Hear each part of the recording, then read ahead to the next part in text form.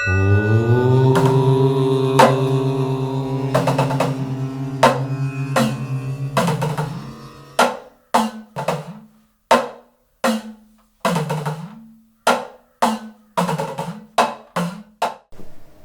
Sir. നമസ്കാരം.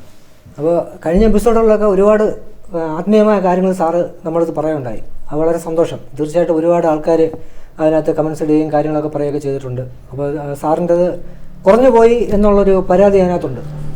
ഇങ്ങനെയുള്ള ആത്മീയമായ കാര്യങ്ങൾ പറയുമ്പോൾ കുറച്ചുകൂടെയൊക്കെ സാറിൻ്റെ നിന്നും എന്തെങ്കിലും കൂടെ കിട്ടിയാൽ കൊള്ളാമെന്ന് ആഗ്രഹിക്കുന്ന ഒരുപാട് പ്രേക്ഷകർ നമുക്കുണ്ട്.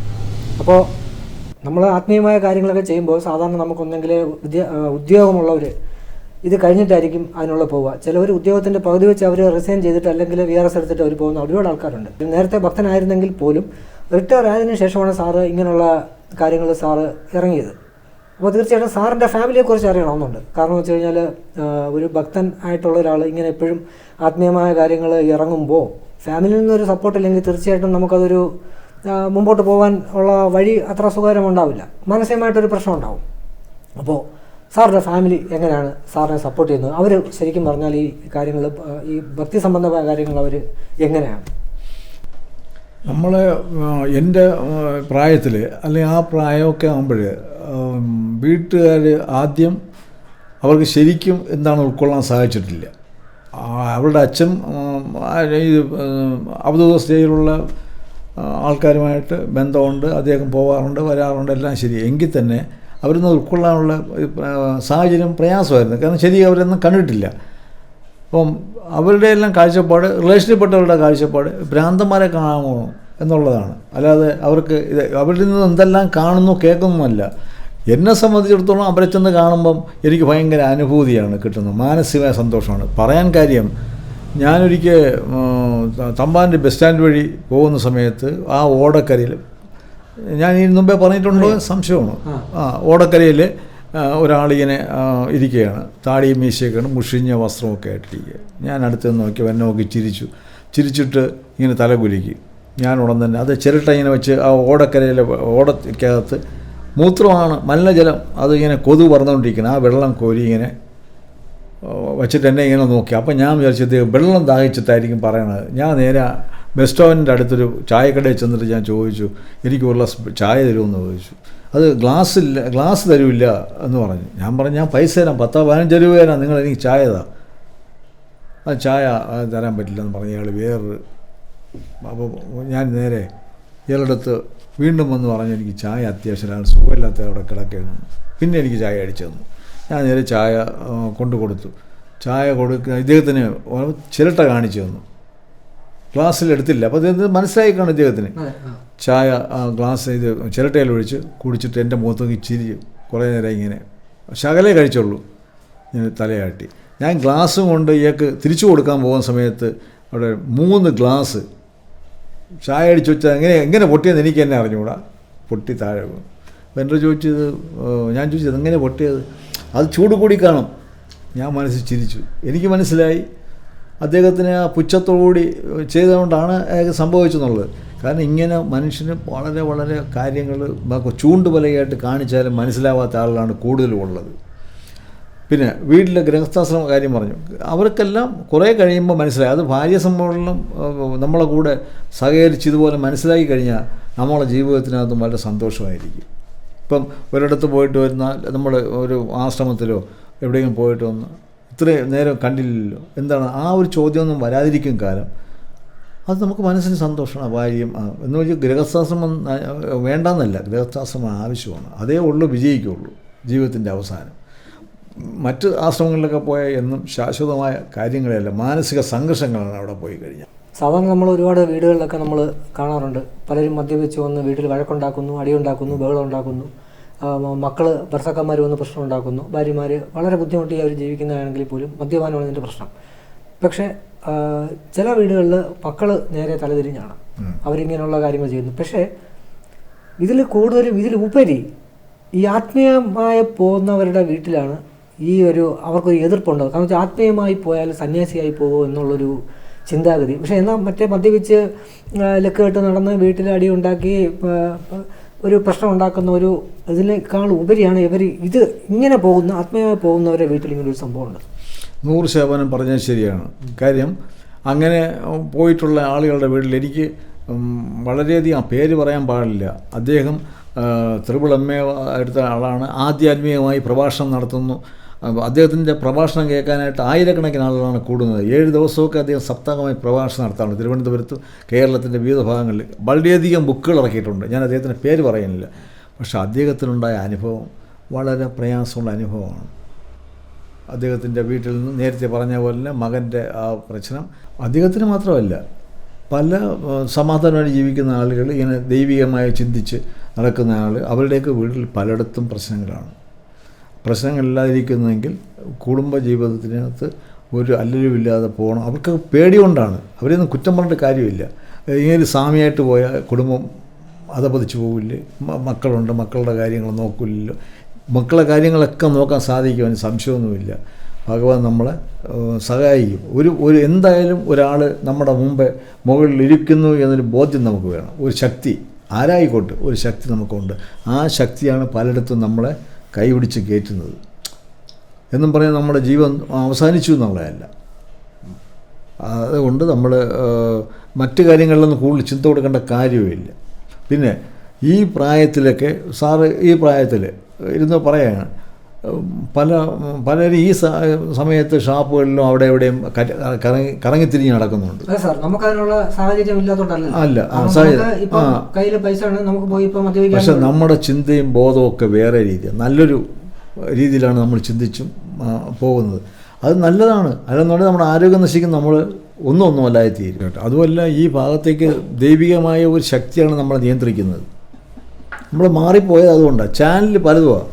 ഇപ്പം ഒരു നദി ഒഴുകി വരുമ്പോൾ, നല്ല ഒഴുകി വരുന്ന സമയത്ത് ചില ഭാഗത്തേക്ക് വളരെ മോശപ്പെട്ട തോടിൽ കൂടെയൊക്കെ പോകും. ചിലത് നല്ല രീതിയിൽ പോയി, ചിലത് നേരെ പോയി സമുദ്രത്തിൽ പതിക്കും.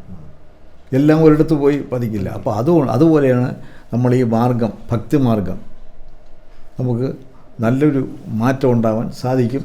പിന്നെ മറ്റ് ചിന്ത ചെയ്യുന്ന കാര്യമില്ല, എല്ലാം നല്ല രീതിയിൽ വരും, സംശയമൊന്നും വേണ്ട. ദൈവികമായൊരു ശക്തി അംശം ഉണ്ടെങ്കിൽ ഇതൊക്കെ പറ്റുള്ളൂ. അല്ല, സാറിന് അറിയാമല്ലോ, നമ്മൾ കുറേ വർഷത്തെ പരിചയം ഉണ്ടെങ്കിലും ഈ ടെക്നിക്കലി ഫീൽഡിലാണ് ഞാൻ വർക്ക് ചെയ്തുകൊണ്ടിരുന്നത്. ഇതിൽ നിന്നൊക്കെ ഒരു ചെറിയൊരു ട്രാൻസാക്ഷൻ ഇങ്ങോട്ട് സംഭവിക്കുമ്പോൾ ചോദിക്കും, ഇയാൾ ഇത്രയും നാളും ഈ ഇലക്ട്രോണിക്സും കൊണ്ട് നടന്ന ആൾ എത്ര പെട്ടെന്ന് ഇങ്ങനെ ഒരു മാറ്റം ഉണ്ടായി? അത് കാരണം വെച്ച് കഴിഞ്ഞാൽ നമ്മുടെ പാസ്റ്റ് ലൈഫിൽ ഉണ്ടായിരുന്ന അല്ലെങ്കിൽ പൂർവ്വജന്മം എന്നൊക്കെ വിശ്വസിക്കും. ചിലവർ ഇപ്പോൾ കാണുന്നവർ നമ്മളെ കമൻസ് ഇടാറുണ്ട്, എന്താണ് ഈ സാറ് നേരത്തെ വീഡിയോയിൽ പറഞ്ഞ പോലെ ഇതൊക്കെ എന്താ അന്ധവിശ്വാസമാണോ എന്നുള്ള ഇതാണ്. പക്ഷേ പാസ്റ്റ് ലൈഫിലുള്ള കാര്യങ്ങളാണ് ഇപ്പോൾ ഒരുപാട് പരീക്ഷണങ്ങളും ഒരുപാട് ഗവേഷണങ്ങളും നടത്തി വരികയാണ് ശാസ്ത്രജ്ഞന്മാർ. ഇപ്പോൾ സ്പേസ് യാത്ര മാത്രമല്ല, ഇതിനെക്കുറിച്ചും അവർ ഒരുപാട് ഗഹനമായിട്ട് അവർ സംസാരിക്കുകയും അല്ലെങ്കിൽ ഇതിനെക്കുറിച്ച് പഠനം നടക്കുകയും ചെയ്യുന്നുണ്ട്. അപ്പോൾ അത് ഇന്നല്ലെങ്കിൽ നാളെ ബാക്കിയുള്ള കമ്പ്യൂട്ടർ, ഇപ്പം ഏറ്റവും ലേറ്റസ്റ്റ് ആയിട്ടുള്ള ആർട്ടിഫിഷ്യൽ ഇൻ്റലിജൻസ് കമ്പ്യൂട്ടർ കണ്ടുപിടിച്ചതുപോലെ തന്നെ ഇതും അതിൻ്റെ പരീക്ഷണങ്ങൾ നടക്കുകയാണ്, ഗവേഷണങ്ങൾ നടക്കുകയാണ്. അത് തീർച്ചയായിട്ടും പിടിക്കാതിരിക്കില്ല. ചന്ദ്രയാൻ ദൗത്യം ഗംഭീരമായി വിജയിച്ചു. യഥാർത്ഥത്തിൽ ചന്ദ്രയാൻ ദൗത്യം വിജയിക്കുകയും അദ്ദേഹത്തിൻ്റെ പേര് സോമനാഥ്, അദ്ദേഹം പൗർണമി ക്ഷേത്രത്തിൽ പോയി. അപ്പോൾ അദ്ദേഹത്തിൻ്റെ കോവിലിൽ പോയി ആളാണോ ഇത് സയൻറ്റിസ്റ്റ് എന്നൊക്കെ ചോദിച്ചപ്പോൾ അദ്ദേഹം പറഞ്ഞത്, അത് എൻ്റെ വിശ്വാസം, ചന്ദ്രയാനി അയച്ചു, അതൊക്കെ ശരിയാണ്, എൻ്റെ വിശ്വാസം, ഞാൻ അവിടെ പോകുന്നു, തോന്നുന്നു, അതിൻ്റെ ശക്തി ഉണ്ടെന്ന് എനിക്ക് തോന്നുന്നു, വേറൊരാൾക്ക് തോന്നുന്നില്ല. അതുകൊണ്ട് എല്ലാം തള്ളി പറയുന്നത് ശരിയൊന്നുമല്ല. സയൻറ്റിസ്റ്റായ കോവിലിൽ പോയിക്കൂടാ, കമ്മ്യൂണിസ്റ്റുകാരനായ കോവിലിൽ പോയിക്കൂടാ എന്നൊക്കെ പറഞ്ഞ വെറുതെയാണ്. ഇവിടെ നമുക്കറിയാം, കേരളത്തിലുള്ള പേരെടുത്ത് പറയാത്ത പല കമ്മ്യൂണിസ്റ്റ് നേതാക്കന്മാരെ ഭാര്യമാർ ദിവസവും ക്ഷേത്രങ്ങളിൽ പോകുന്നു, തൊഴുന്നു. ആർക്ക് വേണ്ടിയാ? അവർക്ക് വേണ്ടിയല്ല, ഭർത്താവിനും മക്കൾക്കും വേണ്ടിയാണ് പ്രാർത്ഥിക്കുന്നത്. അപ്പം അവരെല്ലാവരും ചെയ്യുന്നുണ്ട്. മറ്റൊരു ചെയ്യുമ്പോൾ മാത്രമേ ആക്ഷേപിക്കുന്നുള്ളൂ. അപ്പം നമുക്ക് സോമനാഥൻ സാറിൻ്റെ കാര്യം നമുക്കറിയാം. അദ്ദേഹം ഇതിപ്പോൾ ഈ 2 ദിവസത്തിന് മുമ്പേ അദ്ദേഹം ചന്ദ്രയാൻ ദൗത്യ ഇവിടെ പൗർണിക്കായി പോയി അവിടെ ഒരു കർമ്മം, വലിയൊരു ഹോമം നടത്തി അതിനകത്ത് അദ്ദേഹം പങ്കെടുക്കുകയും ചെയ്തു. അപ്പം എന്തുകൊണ്ടത് പോയെന്ന് ചോദിച്ചാൽ അദ്ദേഹത്തിനറിയാം, ഞാൻ അവിടെ പോയതുകൊണ്ട് ഇന്ന് എൻ്റെ എല്ലാം വിജയിച്ചു എന്നുള്ളത്. എല്ലാവർക്കും മാറി നിൽക്കുന്നവർക്ക് മനസ്സിലാവില്ല. അതാണ് നമ്മൾ ഈ ഇങ്ങനെയുള്ള മാറ്റങ്ങൾ ഉണ്ടാകുമ്പോൾ ആളുകൾ ചിന്തിക്കുകയും തമാശയാക്കുകയും കളിയാക്കുകയൊക്കെ ചെയ്യുന്നത്. അതുകൊണ്ട് വേറൊന്നും ചിന്തിക്കേണ്ട കാര്യം, പലരും മനുഷ്യൻ പല രീതിയാണ്. അല്ല സാർ, ഞാൻ കാര്യം ചോദിക്കട്ടെ, സാറിപ്പോൾ അവധൂതന്മാരുടെ ഇവിടെയൊക്കെ സാർ പോകാറുണ്ട്, ഫാമിലിയായിട്ട് പോകാറുണ്ട്, അല്ലാതെ ഒറ്റയ്ക്ക് പോകാറുണ്ട്. ഇപ്പോൾ നമ്മൾ ഈ ഇടയ്ക്ക് പോയി, അപ്പോൾ അവിടെ ചെല്ലുമ്പോൾ അവിടുത്തെ ഒരു അറ്റ്മോസ്ഫിയർ വളരെ വ്യത്യാസമാണ്. കാരണം നമ്മൾ ഇവിടെ നിന്ന് പോകുന്ന ഒരു മൂഡല്ല അവിടെ നമ്മൾ ആ അവധൂതന്മാരുടെ ആ ഒരു ആശ്രമത്തിലോ അല്ലെങ്കിൽ അങ്ങനെയുള്ള സ്ഥലങ്ങളിൽ ചെല്ലുമ്പോൾ നമ്മൾ തിരിച്ചു വരുമ്പോൾ നമ്മളൊരു മൈൻഡിനെ വളരെ പ്യൂറാക്കിക്കൊണ്ടാണ് തിരിച്ചിറങ്ങി വരുന്നത്. അപ്പോൾ അങ്ങനെയുള്ള അനുഭവം സാറിന് ഉണ്ടായിട്ടുണ്ടോ ഒരുപാടൊക്കെ? തീർച്ചയായിട്ടും. അതുകൊണ്ടാണല്ലോ വീണ്ടും വീണ്ടും പോകാനുള്ള ആഗ്രഹം. എവിടെയെന്ന് നോക്കിയാലും അങ്ങ് എത്തും, പോകണമെന്ന് തോന്നുന്നത്. ഇപ്പം പ്രായം എനിക്ക് 73 വയസ്സായി. പക്ഷേ ഇപ്പോഴും യാത്ര ചെയ്യാനുള്ള ബുദ്ധിമുട്ടും ഒക്കെ ആയതുകൊണ്ടാണ്. അല്ലെന്നുണ്ടെങ്കിൽ ഞാനിങ്ങനെ ഒരു അവധൂതം എൻ്റെ അടുത്തുണ്ടെന്ന് പറഞ്ഞാൽ അപ്പോഴും ഞാൻ പോയിരിക്കും. തമ്പാനൂർ ബസ്സിൽ കയറി നേരെ ഒറ്റ പോക്കുക, അവിടെ പോയി കണ്ട് അദ്ദേഹത്തിനെ എല്ലാം കണ്ട് മനസ്സിലാക്കി തിരിച്ചു. നമുക്ക് ഭയങ്കരമായൊരു കളക്ഷൻ പറഞ്ഞറിയിക്കാൻ വയ്യ. മാനസികമായി ഭയങ്കര സന്തോഷമാണ് അന്നത്തെ ദിവസം കിട്ടുന്നത്. നയനസ്വാമിയെ കാണാൻ പോയ സമയത്ത് അന്ന് എനിക്കുണ്ടായ അനുഭവം ഞാൻ പറഞ്ഞു, കഴിഞ്ഞ എപ്പിസോഡ് നേരത്തെ ഉള്ളത്. ശരിക്കും കണ്ടുകൊണ്ടിരിക്കുന്ന വിചാരിക്കാതെ കൊല്ലും അദ്ദേഹം. അടിക്കാൻ വരുന്നു, ഇടിക്കാൻ വരുന്നു, തുപ്പി കുളിപ്പിച്ചു, മണൽ വാരി എറിഞ്ഞു. വലിയ കരിങ്കല്ല എടുത്തുകൊണ്ട് വന്ന് തലയെ അടിച്ച് പൊട്ടിക്കുമെന്ന് തോന്നി. അങ്ങനെ ആളിലൊക്കെ നോയിക്കൊണ്ടിരിക്കുമ്പോഴാണ് മരുത്തോമലയുടെ താഴ്വാരത്ത് റോഡ് വഴി കന്യാകുമാരി പോകുന്ന ആളുകളെല്ലാം അന്തം വിട്ട് നോയിക്കൊണ്ടിരിക്കണം. അവിടെ വന്നുകൊണ്ടിരുന്നൊരു കോടീശ്വരനായ രാജേന്ദ്രൻ, അദ്ദേഹത്തിൻ്റെ ഭാര്യയും കാറിൽ വന്ന് ഇറങ്ങിയിരിക്കുകയാണ്. അപ്പോൾ ഈ സംഭവം കാണുന്നത്. അപ്പോൾ അത് എൻ്റെ മനസ്സ് മടിച്ചില്ല, എനിക്കൊന്നും തോന്നിയില്ല. എനിക്ക് ദേഹത്തിൽ തന്നെ എനിക്ക് എന്താണെന്ന് എനിക്ക് തന്നെ പറഞ്ഞറിയിക്കാൻ പറ്റും. അദ്ദേഹം എന്തൊക്കെ ചെയ്തു, പക്ഷേ എനിക്കൊന്നും ദേഹം ഒന്നും ഒരു വേദനയോ വേറൊന്നും ഉണ്ടായില്ല. ഇതെല്ലാം കഴിഞ്ഞതിന് ശേഷം അദ്ദേഹത്തിൻ്റെ കുടിൽ ഇതെല്ലാം കഴിഞ്ഞ് കുറേ മണിക്കൂറുകൾ ശേഷം അവിടെ ഉണ്ടൊരു അമ്മയുണ്ട്, ആ കുടിൽ അവിടെ താമസിക്കുന്ന അമ്മ എന്ന് പറഞ്ഞ് മോനൊരു കാര്യം ചെയ്യും, അദ്ദേഹം എന്തോ നിന്നിൽ കണ്ടു കാണും. അവർക്ക് മനസ്സിലായി, നീ വന്ന് അദ്ദേഹത്തിൻ്റെ ഫോട്ടോ വീടിനകത്തിൽ പോകണം, തൊഴുത് കുറേ നേരം ഇരിക്കാൻ പറഞ്ഞു. എന്നിട്ട് ഒരു ഗ്ലാസ് വെള്ളം കൊണ്ടുവന്നു. ആഹാരമൊന്നും കഴിക്കാതിരിക്കുകയാണ്. അപ്പോൾ എൻ്റെ ഭാര്യയുടെ അച്ഛൻ കൂടെ ഉണ്ട്. അദ്ദേഹം ഭയങ്കരമായി പ്രയാസപ്പെട്ട് ചെയ്യുന്നുണ്ടോ, ഭയങ്കര അദ്ദേഹം സമ്മതിക്കണം അദ്ദേഹത്തിന്. അദ്ദേഹം വിഷമിച്ചിരിക്കുകയാണ്. മരുമോനെയും കൊണ്ടുപോയിട്ട് ഇന്നടുത്ത് പോയി എന്നെ ഉപദ്രവിക്കുമെന്ന് പറഞ്ഞാൽ എല്ലാം കഴിഞ്ഞ അവസാനം എന്നെ മുടി കുത്തിപ്പിടിച്ച് വീണ്ടും അദ്ദേഹത്തിൻ്റെ കുടിലെന്ന് പറയാമല്ലോ, ആ ശാലയ്ക്ക് അകത്താക്കിയിട്ട് വീണ്ടും ഇതുപോലെയൊക്കെ കാണിച്ചിട്ട് അവസാനം പറഞ്ഞ് ശാന്തനായി ദേഹമൊക്കെ തടവി. കുറേ കഴിയുമ്പോൾ എൻ്റെ ദേഹം മുഴുക്ക തടവി പോയി. അന്ന് ഈ മസാല വടയാണ്, ഇതിന് പരിപ്പ് വട, അത് വാങ്ങിക്കാൻ പറഞ്ഞയച്ചു. ബീഡി വാങ്ങിക്കാൻ പറഞ്ഞയച്ചു. അതൊക്കെ കൊണ്ടു കൊടുത്തു. അപ്പോൾ ഞാൻ എല്ലാം ഒളിച്ചു വച്ചിരിക്കുകയായിരുന്നു, പൈസയും എല്ലാം. അദ്ദേഹം ഈ ഭാര്യയുടെ അമ്മാവൻ പോകാൻ പറഞ്ഞു, ഒന്നും ഒളിച്ചൊന്നും വെക്കരുത്, അദ്ദേഹം കണ്ടുപിടിക്കും, ഭയങ്കര ന്യായം ചെയ്ത് എല്ലായിടത്തും ഒളിച്ചു വെച്ചിരുന്നു. പക്ഷേ ഇതെല്ലാം അദ്ദേഹം വാങ്ങിച്ചത് തിരിച്ചെനിക്ക് തരികയും എന്നെ തടവി ഭയങ്കരമായി സ്നേഹിച്ച് വിട്ടു. അപ്പം ഇതിൻ്റെ വേറൊരു അനുഭവം എനിക്കുണ്ടായത് അഹങ്കാരമായിരിക്കും, എൻ്റെ ആ പ്രായത്തിലെ അഹങ്കാരം, അത് അദ്ദേഹം കണ്ടു. അതുപോലെ തന്നെ ഞാൻ കയറി നോക്കുമ്പം അവരമ്മ ചോറ് വാരി കൊടുത്തുകൊണ്ടിരിക്കുന്നു. ആ പ്രായത്തിൻ്റെ എൻ്റെ പ്രായത്തിൻ്റെ ഇത് പ്രയാസമാണെന്ന് എനിക്ക് മനസ്സിലായി. ഞാൻ വേറെ ചിന്തിച്ചു, പറഞ്ഞാൽ മനസ്സിലായില്ലേ. പക്ഷേ അത് അദ്ദേഹം കണ്ടിരിക്കുക, എന്നെ ശരിക്കും പ്രാക്ടീസ് ശരിക്കും എന്നെ അവസാനം നല്ല ഭംഗിയായിട്ട്. അപ്പോൾ ഞാൻ വീട്ടിൽ വരുമ്പോൾ എൻ്റെ അച്ഛൻ ചോദിച്ചു, അച്ഛൻ ഇത് ഇവരുമായിട്ടൊക്കെ പോയിട്ടുണ്ട് അറിയാം. അച്ഛൻ ചോദിച്ചു, എന്തെങ്കിലും തന്നോ സ്വാമി? അപ്പം ഞാൻ പറഞ്ഞു, തന്നു, ശരിക്കും തന്നു, ഇങ്ങനെയാണെന്ന് ശരിച്ചു, കൊള്ളാം, എനിക്ക് നല്ലത് തന്നെ. കാര്യം നമുക്ക് അനുഭവങ്ങൾ പലരും ഇതൊന്നും പറഞ്ഞു കഴിഞ്ഞാലൊന്നും പലർക്കും അറിഞ്ഞുകൂടാ, അല്ലെങ്കിൽ വളരെ നിസ്സാരമായി കാണുന്നു. ഇപ്പോൾ ഒരിടത്ത് സാറിനെ സംബന്ധിച്ചിടത്തോളം ഇപ്പം നമ്മൾ തമ്മിൽ കാണും 2-3 എപ്പിസോഡ് ഞാനൊക്കെ അവതരണം കഴിഞ്ഞു.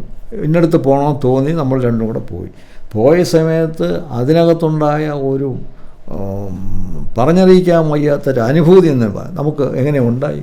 അതാണ് സാർ, അത് സാർ അതിനൊരു കാരണമാണ്. അത് കാരണഭൂതനായിട്ട് തന്നെ ഓരോ കാര്യങ്ങൾ വരുന്നത് ഒരാൾ നമ്മളെ കൂടെ കാണും. 6 മാസം മുമ്പ് അല്ലെങ്കിൽ 8 മാസം 7 മാസം മുമ്പ് നടന്ന കാര്യം അവിടെ ചെല്ലുമ്പോൾ അദ്ദേഹം പറയണമെങ്കിൽ, എനിക്ക് സംഭവിച്ച കാര്യം പറയണമെങ്കിൽ, അപ്പോൾ സാറ് തന്നെ അവിടെ കൊണ്ടുപോയത്, സാറ് തന്നെയാണ് അവിടെ എന്നെ കൊണ്ടുപോയതും. നമ്മൾ ഇന്നലെ പോയി കാര്യങ്ങളെല്ലാം കണ്ടു.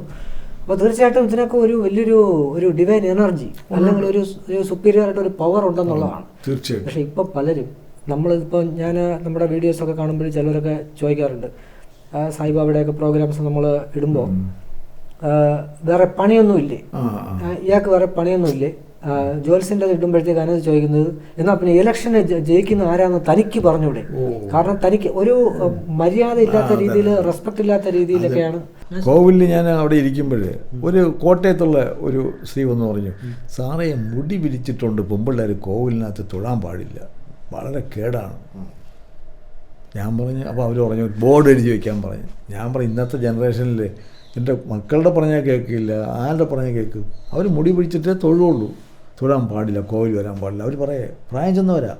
ഞാൻ പറയാം അതിന് നമുക്കൊരു കാര്യം ചെയ്യാം, ദേവസ്വം ബോർഡിലേക്ക് കത്തയക്കാം. ദേവസ്വം ബോർഡ് എല്ലായിടത്തും ബോർഡ് എഴുതി വെക്കട്ടെ, മുടി പിടിച്ചിട്ടുണ്ട് തൊഴാൻ പാടില്ല. അവർ വളരെ കാര്യമായിട്ട് പറയുകയാണ്, വലിയ കേടാണെന്ന് പറയും. അതാണ് അതൊരു ഈ പറയുന്ന പോലൊരു എന്താ പറയുക, ക്ഷേത്രത്തിൽ വരുമ്പോൾ അതിൻ്റെതായിട്ടുള്ള മര്യാദയും കാര്യങ്ങളും ക്ഷേത്രാചാരങ്ങളൊന്നുമില്ല, ഒന്നുമില്ല. അല്ല, എനിക്ക് തോന്നുന്നു അത് നമ്മുടെ ഈ ഒരു ഹിന്ദു മതത്തിൽ മാത്രമേ ഉള്ളൂ എന്ന് തോന്നുന്നു. ഇങ്ങനെ പറഞ്ഞാൽ അനുസരിക്കില്ല, അതില്ലാത്ത ബാക്കിയുള്ള ഇതിലൊക്കെ അവർ കൃത്യമായ രീതിയിൽ അവർ നിഷ്ഠയോട് കൂടിയാണ് എല്ലാം. കാലം കഴിയും തോറും ഇപ്പോഴത്തെ ന്യൂ ജനറേഷൻ പറഞ്ഞു ഒരു വക ആര് പറഞ്ഞാലും അനുസരിക്കാത്തൊരു കാലമായി മാറി.